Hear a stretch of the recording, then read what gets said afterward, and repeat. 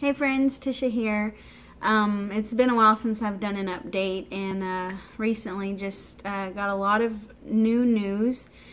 So I figured I'd just go ahead and share it with you guys, let you know kind of what's going on with me and then what's going to be happening here in the future. So, well, last Wednesday I went in for baseline data, check estrogen levels, my lining, and the follicle count. And when we went, we had a lot of small follicles, or I say we, it was me.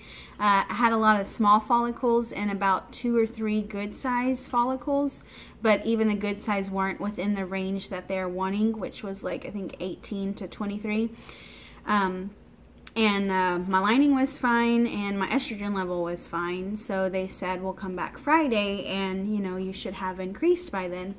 So go back Friday, again my follicles are progressing, not at the rate or size that we were expecting, so I stayed on Gonal-F, and again lining was fine, estrogen was fine, so they said come back Saturday.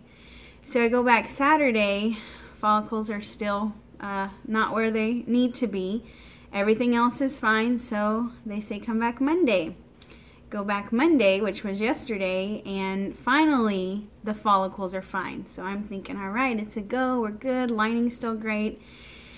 Got my estrogen levels back and they had spiked hugely. So my doctor told me, when you take your or not to take the Gonal-F tonight, just stop, because previously the last 2 nights, Friday and Saturday, they had me go down to 75 units of Gonal-F versus the 150 I was taking, because I think from Friday to Saturday my estrogen level spiked 1,000 points. When I went yesterday, my estrogen was at like 4,800 range, and it needs to be around the 3,000 range for them to be able to do IVF. So went back today just to get blood. I didn't have to do the follicles because everything was progressing well there and the lining was well.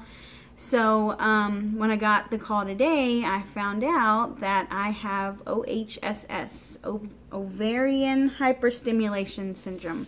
And it happens to 1 out of 10 women, which I'm the lucky duck to get that.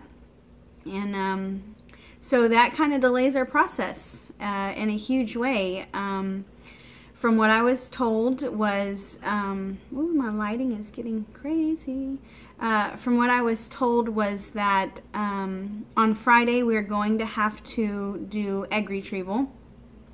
But if my estrogen is still high, then we're going to have to be forced to do a frozen transfer, which means I have to wait 6 to 8 weeks. So there's no 5 days after the retrieval and we do a transfer. It completely moves everything back hugely, and I'm just battling with that, because I obviously wasn't counting on that. Being a teacher, you have to give up a lot, and so we had planned this to be convenient with my teaching schedule, that way when I get in the classroom I can give my all to my kids and everything would be fine. No. Too easy of a thing to ask for. So we're dealing with that, and I'm trying to be positive and high-spirited, but I've just spent most of the afternoon since I found out just crying. I'm really, really upset. So I figured I shared that with you, because if you're going through this, know that that's a possibility. It's something that you could face. I did find out some ways that you can help prevent it. I wish I would have looked into this sooner, but I was trying to train my mind to not think negative. Don't think of what can go wrong. Think of what can go right. So I didn't look into it any further. I just heard it and I just said I'm just not gonna look at it. I'm not gonna entertain the thought that could ever happen to me. But some of the things you can do to help prevent it is eat saltier food, Stay off your feet, drink a lot more fluids than water. And I've been downing water like crazy, thinking, you know, that's going to help my lining, it's going to help everything pan out well, and that's great. But I have Gatorade, I just never drank it. I figured I'd drink that after the transfer to stay hydrated, and that OHSS would happen after transfer, and it didn't. It's completely hit hard and hit now, and I'm very bummed. I know that my doctors are doing what's best for me, and they're trying to give me the greatest chance possible, but being a teacher and having to deal with this at the beginning of the year is my biggest fear.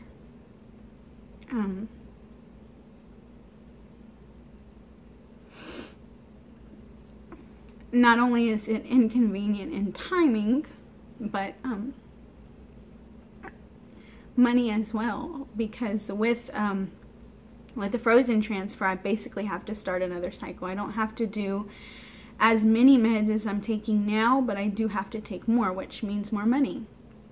I also have to take time off work, which I'm starting, you know, I'm not only going in to be a teacher at the beginning of the year, this is going to be my 4th year, but I'm starting a new school with a new team and a new atmosphere, and I just feel like, I just already feel like I don't have a chance. So then it's like, what do you do now? You know, do you wait even longer? Do you just go ahead and bite the bullet and pray that you can maintain your stress level enough that you have a great chance? Do you wait again till summer, until all the kids are gone and you're more relaxed and you have time to go to the doctor? It's just hard. It's just really hard. But if you're going through this, through infertility in any aspect of it, I hope that you know you're not alone, that this journey is hard, and not every day is a good day. You know, sometimes you have appointments that go great and leaves you with a lot of hope. I know that I did. On Friday, I had a lot of hope. I met a dear friend of mine who's going through the same thing as me, and we just had the best day. We had the best day. We talking about our future and our kids, and going through aisles in Target, picking out baby clothes, and not feeling like I have to side-eye it. You know, I can go and I can touch it and I can dream, because up to that point I was so close. And I'm close now. I know it's not completely gone, but it just derails it a little bit, you know, and I just wish I would have cherished that day a lot more. And it's just hard. So if you're going through this, I hope that you're staying strong. I hope that you have support. I hope that you know that it's not your fault, even though I'm internalizing this as my fault. You know, I could have done more. There's nothing we can do. There's nothing we can do. It's just the cards we were dealt, and as unfair as it is, and as hard as it is, and as heartbreaking as it is, just know that you're not alone, and we're gonna all get through this. And I pray that each one of us that are going through this are granted the greatest desires of our heart. That's the hardest thing about this journey, is every step of the way is a gamble. You know, we're just gambling with a chance to have a family. All this money we're throwing out is on a chance.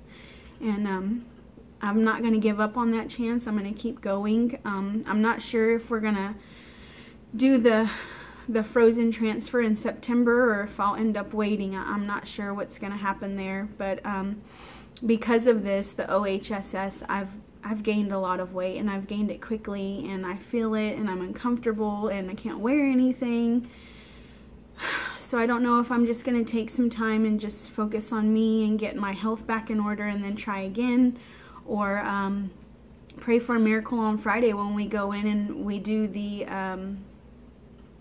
retrieval, and pray that they say everything's okay. But if you could, if you're the praying kind, please just say a prayer for me. More than the outcome that I desire, I want peace, and I need peace, because this is hard. It's really, really hard, and it's so hard to talk about, and it's hard to deal with, and there's just so much shame that goes into this. And I just need healing and peace. So if you're the praying type, please pray for me. Keep me in your prayers. And once I have new news, I'll update you. And I hope everything's going well with you. Talk to y'all soon.